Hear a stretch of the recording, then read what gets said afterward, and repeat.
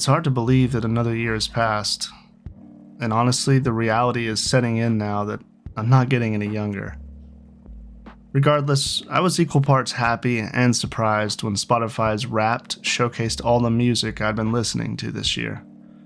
And hey, it even went as far as to analyze what type of listener I am, which was pretty cool. So imagine my surprise when I logged onto Steam, like I do every day, and I was prompted with a Steam version of this. I was in a hurry because my friends were waiting on me.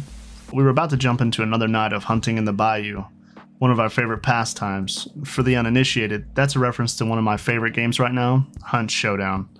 Anyway, more on that later. So I took a look through the information that Steam had compiled, and I was honestly conflicted. According to Steam, I had played 43 different games this year alone, and only about half of those were new.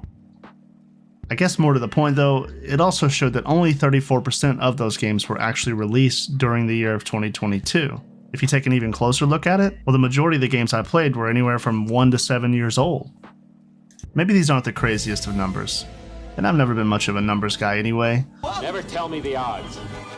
But still, this got me thinking. I really do seem to prefer some older games to the newer ones. So is it just that I'm getting older? Or is it that what games have to offer is getting old?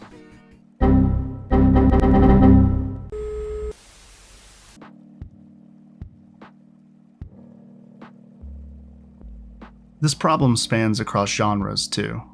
I mean, truly nothing is sacred.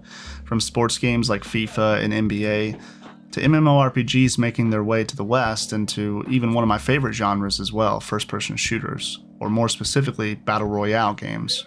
Games in the vein of Fortnite, Warzone, and Hunt Showdown all continue to show a vulnerability to the encroaching practice of more and more expensive Battle Pass-like features. Hunt, being one of my favorite games, as previously mentioned, is perhaps the saddest example of this, in my personal purview anyway. I'd be lying if I said this didn't sour my love for the game, because in its current state, the game has become more of a grind during events than it ever was before. And while I'm hopeful that they'll eventually find the perfect mixture of compensation versus satisfaction for the player base, I do worry that for those of us who have full-time jobs and families and other obligations, there'll be little in the way of options left for us. We'll have no other real choice but to pay for the benefits of the Battle Pass in order to complete the events, or miss out.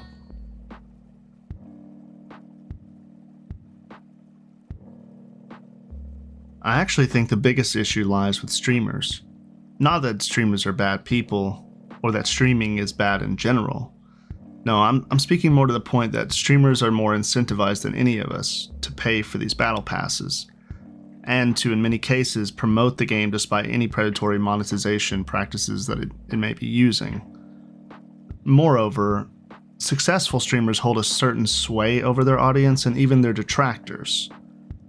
It's another case of keeping up with the Joneses, in that we all want to be like our favorite streamers, to play the game the way they play it, for better or for worse. Take Hunt Showdown as an example, because it's freshest in my mind. In Hunt, prominent streamers, not you, Nino, we love you, tend to at times exert toxic strategies and behaviors because it makes for good entertainment. For instance, setting traps far out of their way just to inconvenience or kill unsuspecting players. In worse scenarios still, there are cases where streamers will even abuse glitches in the game, and by extension end up revealing these glitches to massive amounts of players with far less accountability than the streamer themselves. This results in an overall worse gaming experience for the community as a whole. I think we just need to hold streamers accountable for negative behavior.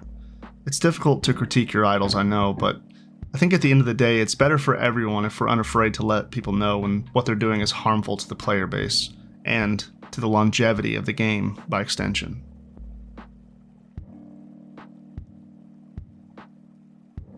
Another point worth noting is that market saturation can shoulder a great deal of the blame in why gaming has somewhat lost its luster.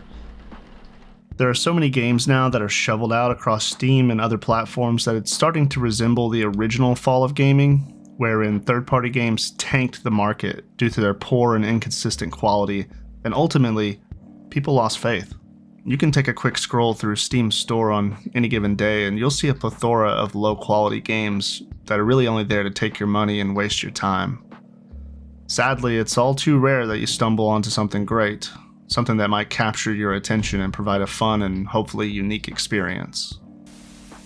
YouTubers today make entire careers out of trying out these bad games, and while it makes for great entertainment, it just doesn't bode well for the future of gaming.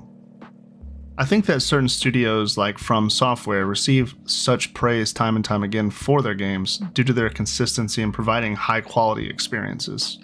So while I don't think limiting the ability of third-party developers to make their own games is really anything that we should be considering taking action on, I do wish that there was some way to provide better quality control to cut down on all the shovelware we see today. Stop it. Get some help.